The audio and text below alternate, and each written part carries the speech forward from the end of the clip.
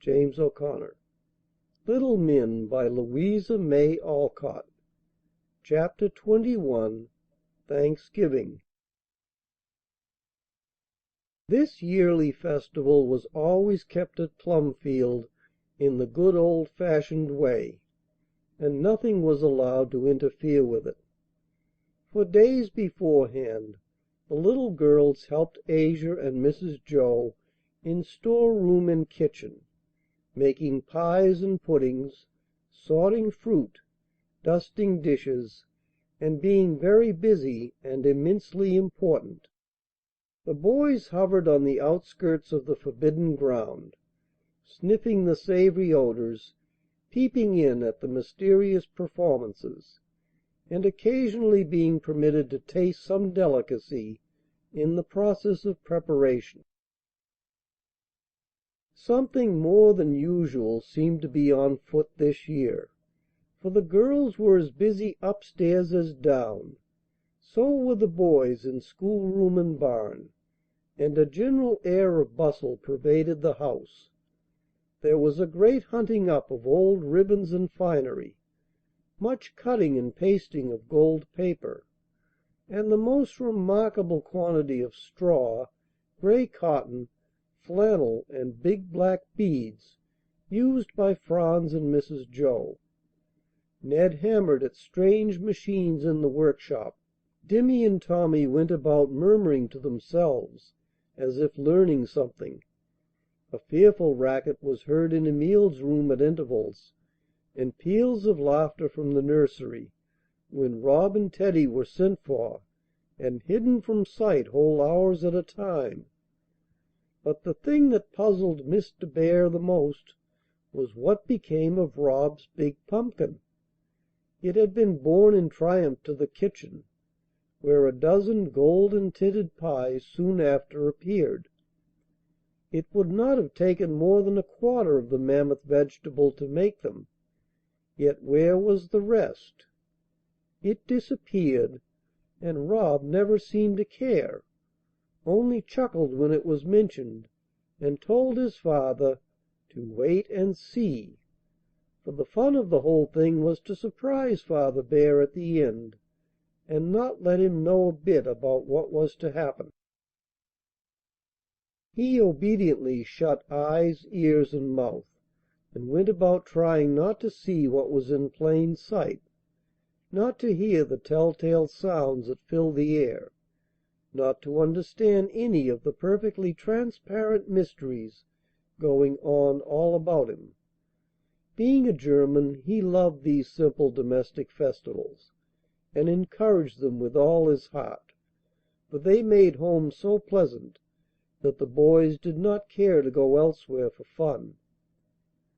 When at last the day came, the boys went off for a long walk, that they might have good appetites for dinner, as if they ever needed them.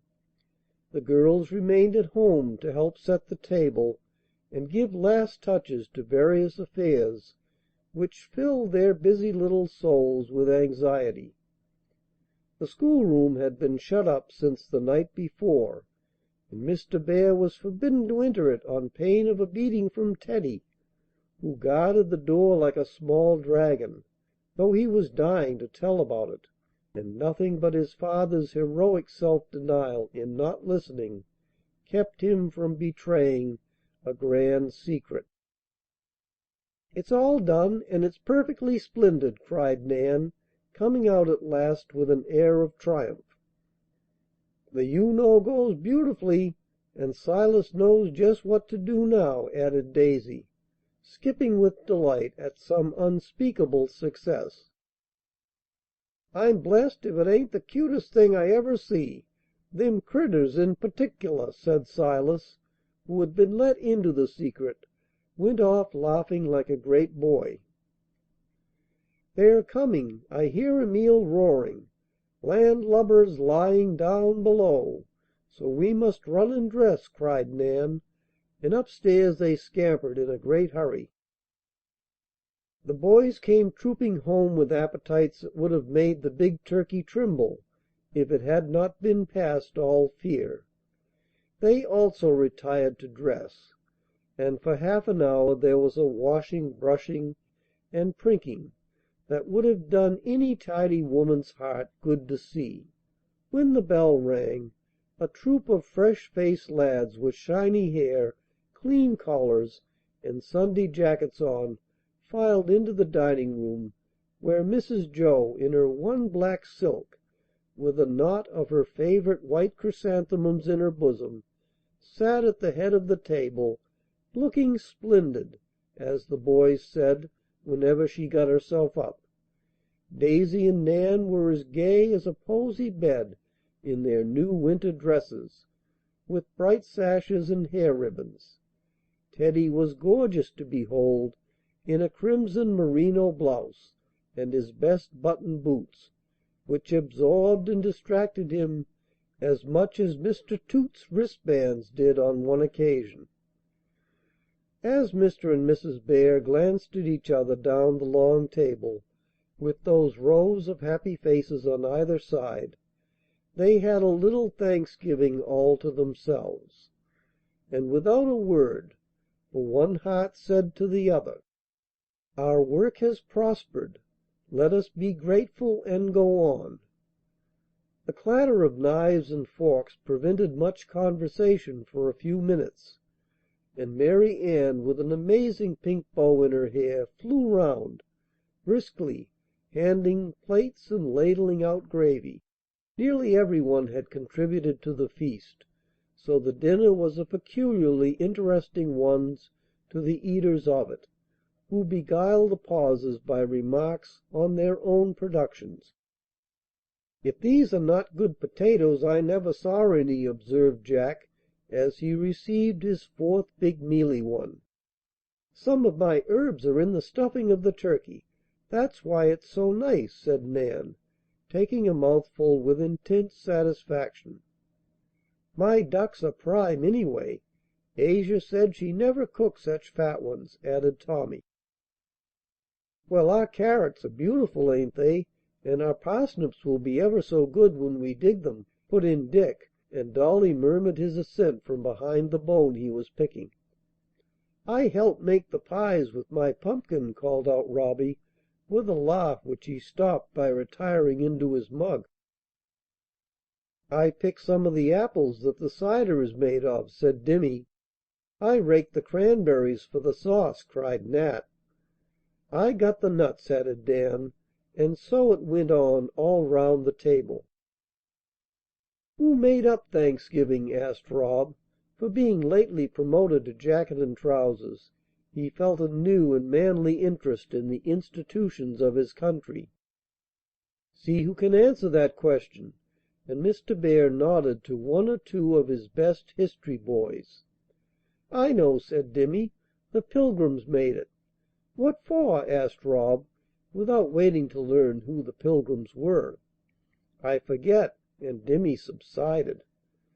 "I believe it was because they were starved once, and so when they had a good harvest they said, 'We will thank God for it,' and they had a day and called it Thanksgiving," said Dan, who liked the story of the brave men who suffered so nobly for their faith. "Good! I didn't think you would remember anything but natural history," and Mr. Bear tapped gently on the table as applause for his pupil. Dan looked pleased, and Mrs. Joe said to her son, "Now do you understand about it, Robbie?" "No, I don't. I thought pilgrims were a sort of big bird that lived on rocks, and I saw pictures of them in Dimmy's book." "He means penguins. Oh, isn't he a little goosey?" And Dimmy laid back in his chair and laughed aloud.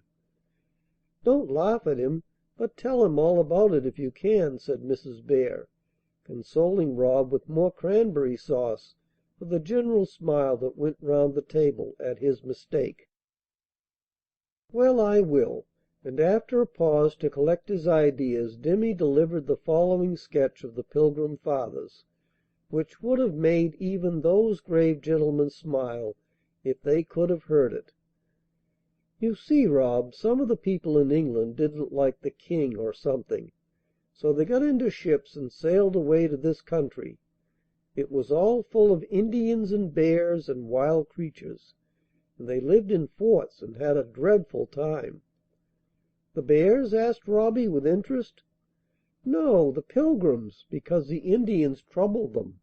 They hadn't enough to eat, and they went to church with guns, and ever so many died, and they got out of the ships on a rock, and it's called Plymouth Rock, and Aunt Jo saw it and touched it. The Pilgrims killed all the Indians and got rich, and hung the witches, and were very good, and some of the greatest great grandpas came in the ships. One was the Mayflower, and they made Thanksgiving, and we have it always, and I like it. Some more turkey, please?" "I think Demi will be an historian, there is such order and clearness in his account of events," and Uncle Fritz's eyes laughed at Aunt Jo as he helped the descendant of the Pilgrims to his third bit of turkey. "I thought you must eat as much as ever you could on Thanksgiving, but Fran says you mustn't even then," and Stuffy looked as if he had received bad news. "Franz is right, so mind your knife and fork and be moderate, or else you won't be able to help in the surprise by and by," said Mrs. Jo. "I'll be careful, but everybody does eat lots, and I like it better than being moderate," said Stuffy, who leaned to the popular belief that Thanksgiving must be kept by coming as near apoplexy as possible, and escaping with merely a fit of indigestion or a headache. "Now, my Pilgrims, amuse yourselves quietly till tea time. You will have enough excitement this evening," said Mrs. Jo, as they rose from the table after a protracted sitting. "Finish by drinking every one's health in cider. I think I will take the whole flock for a drive. It is so pleasant. Then you can rest, my dear, or you will be worn out this evening," added Mr. Bear. And as soon as coats and hats could be put on, the great omnibus was packed full, and away they went for a long, gay drive, leaving Mrs. Jo to rest and finish sundry small affairs in peace. An early and light tea was followed by more brushing of hair and washing of hands. Then the flock waited impatiently for the company to come. Only the family was expected, for these small revels were strictly domestic, and, such being the case, sorrow was not allowed to sadden the present festival. All came, Mr. and Mrs. March, with Aunt Meg, so sweet and lovely, in spite of her black dress and the little widow's cap that encircled her tranquil face; Uncle Teddy and Aunt Amy with the Princess, looking more fairy like than ever, in a sky blue gown, and a great bouquet of hothouse flowers, which she divided among the boys, sticking one in each buttonhole, making them feel peculiarly elegant and festive. One strange face appeared, and Uncle Teddy led the unknown gentleman up to the bears, saying, "This is Mr. Hyde. He has been inquiring about Dan, and I ventured to bring him to night that he might see how much the boy has improved." The bears received him cordially, for Dan's sake, pleased that the lad had been remembered; but after a few minutes' chat they were glad to know Mr. Hyde for his own sake, so genial, simple, and interesting was he. It was pleasant to see the boy's face light up when he caught sight of his friend; pleasanter still to see Mr. Hyde's surprise and satisfaction in Dan's improved manners and appearance; and pleasantest of all to watch the two sit talking in a corner, forgetting the differences of age, culture, and position, in the one subject which interested both, as man and boy compared notes and told the story of their summer life. "The performance must begin soon, or the actors will go to sleep," said Mrs. Jo, when the first greetings were over. So every one went into the schoolroom, and took seats before a curtain made of 2 bed covers. The children had already vanished, but stifled laughter and funny little exclamations from behind the curtain betrayed their whereabouts. The entertainment began with a spirited exhibition of gymnastics, led by Franz. The 6 elder lads, in blue trousers and red shirts, made a fine display of muscle with dumb bells, clubs, and weights, keeping time to the music of the piano played by Mrs. Joe behind the scenes. Dan was so energetic in this exercise that there was some danger of his knocking down his neighbors, like so many ninepins, or sending his bean bags whizzing among the audience, for he was excited by Mr. Hyde's presence and a burning desire to do honor to his teachers. "A fine, strong lad. If I go on my trip to South America in a year or two, I shall be tempted to ask you to lend him to me, Mr. Bear," said Mr. Hyde, whose interest in Dan was much increased by the report he had just heard of him. "You shall have him, and welcome, though we shall miss our young Hercules very much. It would do him a world of good, and I'm sure he would serve his friend faithfully." Dan heard both question and answer, and his heart leaped with joy at the thought of travelling in a new country with Mr. Hyde, and swelled with gratitude for the kindly commendation which rewarded his efforts to be all these friends desired to see him. After the gymnastics, Demi and Tommy spoke the old school dialogue, "Money makes the mare go." Demi did very well, but Tommy was capital as the old farmer, for he imitated Silas in a way that convulsed the audience and caused Silas himself to laugh so hard that Asia had to slap him on the back as they stood in the hall enjoying the fun immensely. Then Emile, who had got his breath by this time, gave them a sea song in costume, with a great deal about stormy winds, lee shores, and a rousing chorus of "Luff, boys, luff," which made the room ring, after which Ned performed a funny Chinese dance, and hopped about like a large frog in a pagoda hat. As this was the only public exhibition ever held at Plumfield, a few exercises in lightning arithmetic, spelling, and reading were given. Jack quite amazed the public by his rapid calculations on the blackboard. Tommy won in the spelling match, and Demi read a little French fable so well that Uncle Teddy was charmed. "Where are the other children?" asked every one as the curtain fell and none of the little ones appeared. "Oh, that is the surprise. It's so lovely, I pity you because you don't know it," said Demi, who had gone to get his mother's kiss, and stayed by her to explain the mystery when it should be revealed. Goldilocks had been carried off by Aunt Joe, to the great amazement of her papa, who quite outdid Mr. Bear in acting wonder, suspense, and wild impatience to know what was going to happen. At last, after much rustling, hammering, and very audible directions from the stage manager, the curtain rose to soft music, and Bess was discovered sitting on a stool beside a brown paper fireplace. A dearer little Cinderella was never seen, for the gray gown was very ragged, the tiny shoes all worn, the face so pretty under the bright hair, and the attitude so dejected. It brought tears as well as smiles to the fond eyes looking at the baby actress. She sat quite still till a voice whispered, "Now!" Then she sighed a funny little sigh and said, "Oh, I wish I could go to the ball," so naturally that her father clapped frantically, and her mother called out, "Little darling!"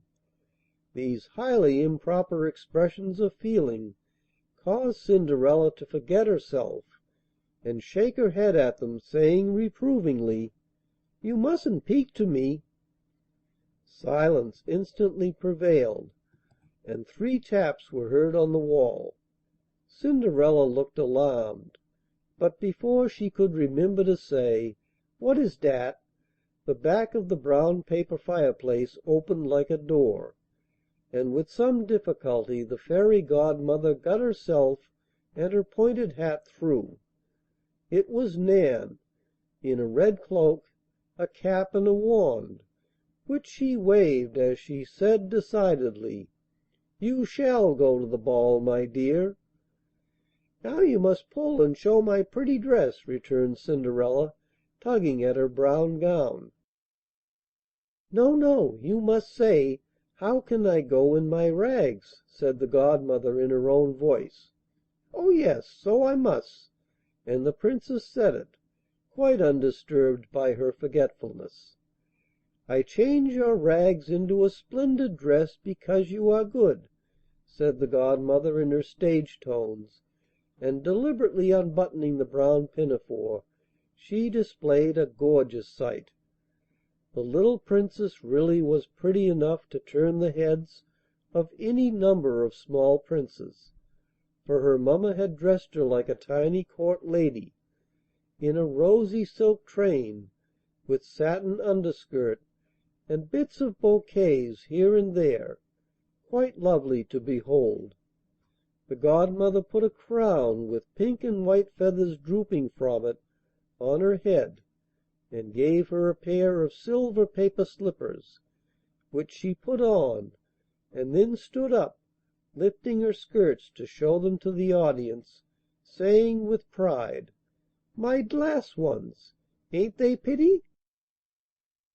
She was so charmed with them that she was with difficulty recalled to her part and made to say, "But I have no toach, Godmother." "Behold it!" and Nan waved her wand with such a flourish that she nearly knocked off the crown of the Princess. Then appeared the grand triumph of the piece. First a rope was seen to flap on the floor, to tighten with a twitch, as Emile's voice was heard to say, "Heave ahoy!" and Silas's gruff one to reply, "Stiddy, now stiddy!" A shout of laughter followed, for 4 large grey rats appeared, rather shaky as to their legs and queer as to their tails, but quite fine about the head, where black beads shone in the most lifelike manner. They drew, or were intended to appear as if they did, a magnificent coach made of half the mammoth pumpkin, mounted on the wheels of Teddy's wagon, painted yellow to match the gay carriage. Perched on a seat in front sat a jolly little coachman in a white cotton wool wig, cocked hat, scarlet breeches, and laced coat, who cracked a long whip and jerked the red rein so energetically that the grey steeds reared finely. It was Teddy, and he beamed upon the company so affably that they gave him a round all to himself, and Uncle Laurie said, "If I could find as sober a coachman as that one, I would engage him on the spot." The coach stopped, the Godmother lifted in the Princess, and she was trundled away in state, kissing her hand to the public, with her glass shoes sticking up in front, and her pink train sweeping the ground behind. For, elegant as the coach was, I regret to say that Her Highness was rather a tight fit. The next scene was the ball, and here Nan and Daisy appeared as gay as peacocks in all sorts of finery. Nan was especially good as the proud sister, and crushed many imaginary ladies as she swept about the palace hall. The Prince, in solitary state upon a somewhat unsteady throne, sat gazing about him from under an imposing crown, as he played with his sword and admired the rosettes in his shoes. When Cinderella came in he jumped up and exclaimed with more warmth than elegance, "My gracious, who is that?" and immediately led the lady out to dance, while the sisters scowled and turned up their noses in the corner. The stately jig executed by the little couple was very pretty, for the childish faces were so earnest, the costumes so gay, and the steps so peculiar, that they looked like the dainty quaint figures painted on a Watteau fan. The Princess's train was very much in her way, and the sword of Prince Rob nearly tripped him up several times. But they overcame these obstacles remarkably well, and finished the dance with much grace and spirit, considering that neither knew what the other was about. "Drop your shoe," whispered Mrs. Joe's voice as the lady was about to sit down. "Oh, I forgot!" And taking off one of the silvery slippers, Cinderella planted it carefully in the middle of the stage, said to Rob, "Now you must try and catch me," and ran away, while the Prince, picking up the shoe, obediently trotted after her. The third scene, as everybody knows, is where the herald comes to try on the shoe. Teddy, still in coachman's dress, came in blowing a tin fish horn melodiously, and the proud sisters each tried to put on the slipper.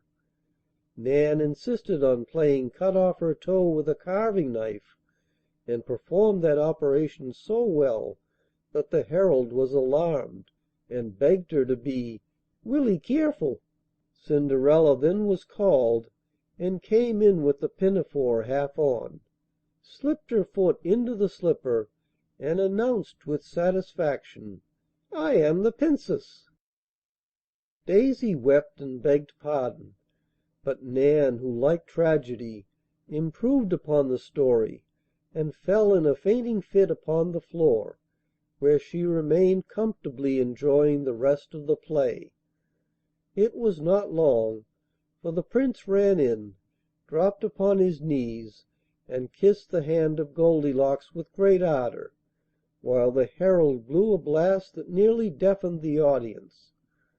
The curtain had no chance to fall, for the Princess ran off the stage to her father crying, "Didn't I do well?" while the Prince and herald had a fencing match with the tin horn and wooden sword. It was beautiful, said everyone, and when the raptures had a little subsided, Nat came out with his violin in his hand.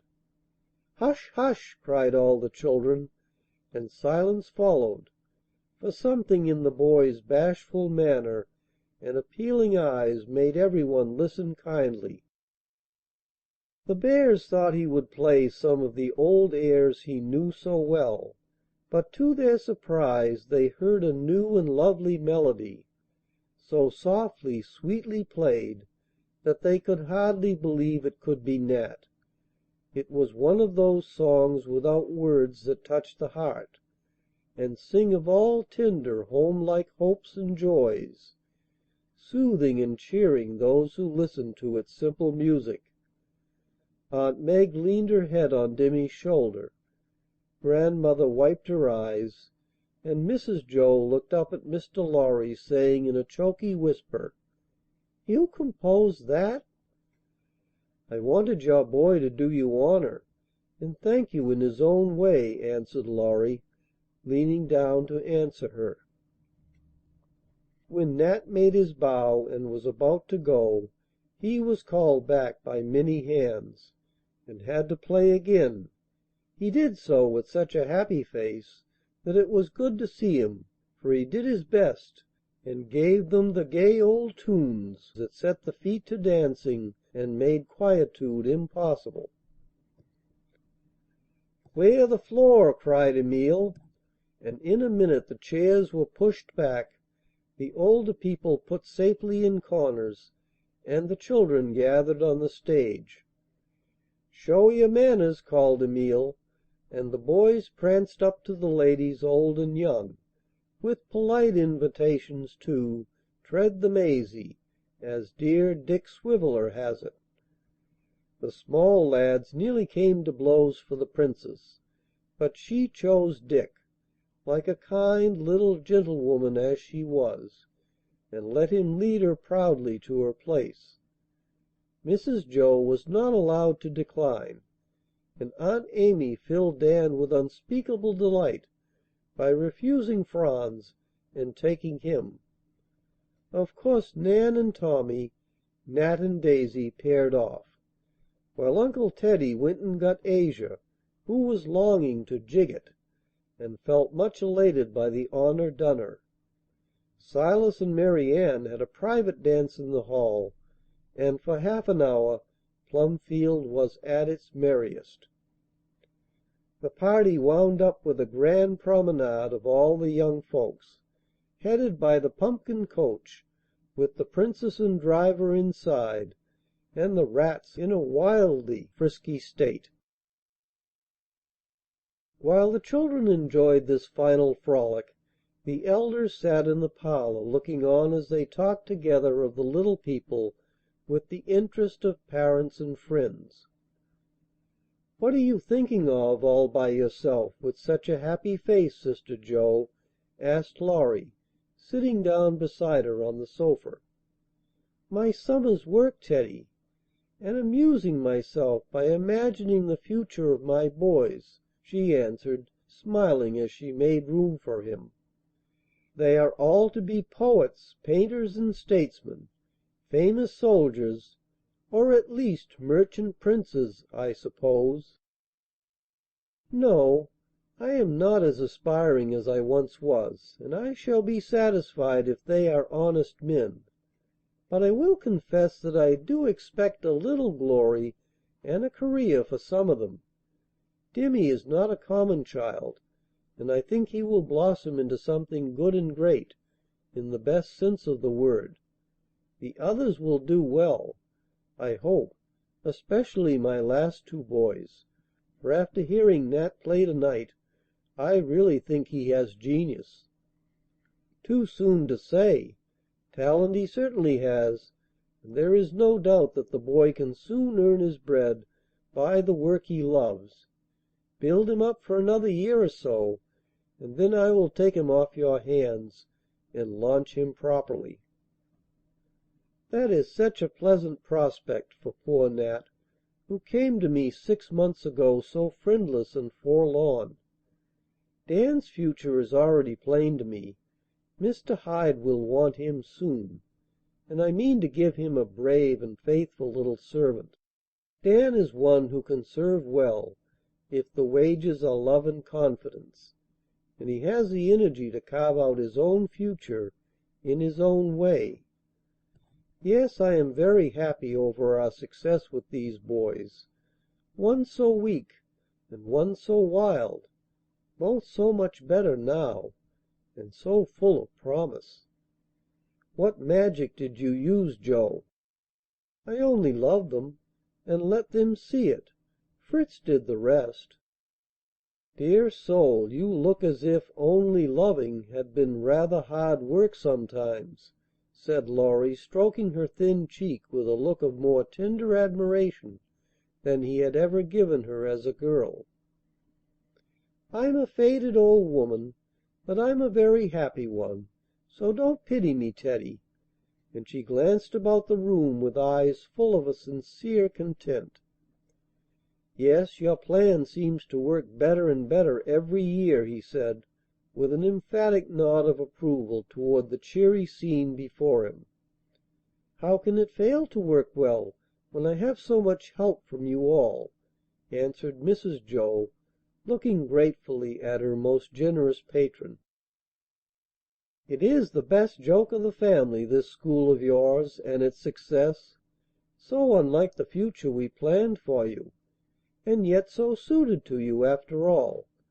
It was a regular inspiration, Joe," said Laurie, dodging her thanks as usual. "Ah, but you laughed at it in the beginning, and still make all manner of fun of me and my inspirations. Didn't you predict that having girls with the boys would be a dead failure? Now see how well it works!" And she pointed to the happy group of lads and lassies, dancing, singing, and chattering together with every sign of kindly good fellowship. "I give in, and when my Goldilocks is old enough, I'll send her to you. Can I say more than that? I shall be so proud to have your little treasure trusted to me. But really, Teddy, the effect of these girls has been excellent. I know you will laugh at me, but I don't mind. I'm used to it. So I'll tell you that one of my favorite fancies is to look at my family as a small world, to watch the progress of my little men, and lately to see how well the influence of my little women works upon them. Daisy is the domestic element, and they all feel the charm of her quiet, womanly ways. Nan is the restless, energetic, strong-minded one. They admire her courage, and give her a fair chance to work out her will, seeing that she has sympathy as well as strength, and the power to do much in their small world. Your Bess is the lady, full of natural refinement, grace, and beauty. She polishes them unconsciously, and fills her place as any lovely woman may, using her gentle influence to lift and hold them above the coarse, rough things of life, and keep them gentlemen in the best sense of the fine old word. It is not always the ladies who do that best, Joe. It is sometimes the strong, brave woman who stirs up the boy and makes a man of him." And Laurie bowed to her with a significant laugh. "No, I think the graceful woman whom the boy you allude to married has done more for him than the wild Nan of his youth, or, better still, the wise, motherly woman who watched over him as Daisy watches over Dimmy, did more to make him what he is."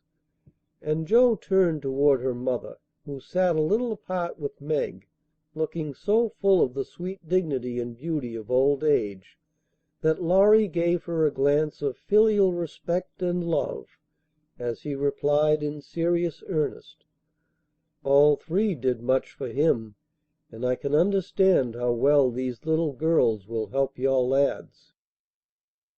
"Not more than the lads help them. It is mutual, I assure you. Nat does much for Daisy with his music. Dan can manage Nan better than any of us, and Dimmy teaches your Goldilocks so easily and well that Fritz calls them Roger Ascham and Lady Jane Grey. Dear me, if men and women would only trust, understand, and help one another as my children do, what a capital place the world would be!" And Mrs. Joe's eyes grew absent, as if she was looking at a new and charming state of society in which people lived as happily and innocently as her flock at Plumfield. "You are doing your best to help on the good time, my dear. Continue to believe in it, to work for it, and to prove its possibility by the success of her small experiment," said Mr. March, pausing as he passed to say an encouraging word; for the good man never lost his faith in humanity, and still hoped to see peace, good will, and happiness reign upon the earth. "I am not so ambitious as that, Father. I only want to give these children a home in which they can be taught a few simple things which will help to make life less hard to them when they go out to fight their battles in the world. Honesty, courage, industry, faith in God, their fellow creatures, and themselves. That is all I try for." "That is everything. Give them these helps, then let them go to work out their life as men and women, and whatever their success or failure is, I think they will remember and bless your efforts, my good son and daughter." The professor had joined them, and as Mr. March spoke he gave a hand to each, and left them with a look that was a blessing. As Jo and her husband stood together for a moment talking quietly, and feeling that their summer work had been well done, if Father approved, Mr. Lorry slipped into the hall, said a word to the children, and all of a sudden the whole flock pranced into the room, joined hands, and danced about Father and Mother Bear, singing blithely: "Summer days are over, summer work is done, harvests have been gathered gaily one by one. Now the feast is eaten, finished is the play, but one rite remains for our Thanksgiving Day. Best of all the harvest, in the dear God's sight, are the happy children in the home to night, and we come to offer thanks where thanks are due, with grateful hearts and voices, Father, Mother, unto you." With the last words the circle narrowed, till the good professor and his wife were taken prisoner by many arms, and half hidden by the bouquet of laughing young faces which surrounded them, proving that one plant had taken root and blossomed beautifully in all the little gardens. For love is a flower that grows in any soil, works its sweet miracles undaunted by autumn frost or winter snow, blooming fair and fragrant all the year, and blessing those who give and those who receive. End of Chapter 21. End of Little Men, by Louisa May Alcott. Recording by James O'Connor, Randolph, Massachusetts, December 2010.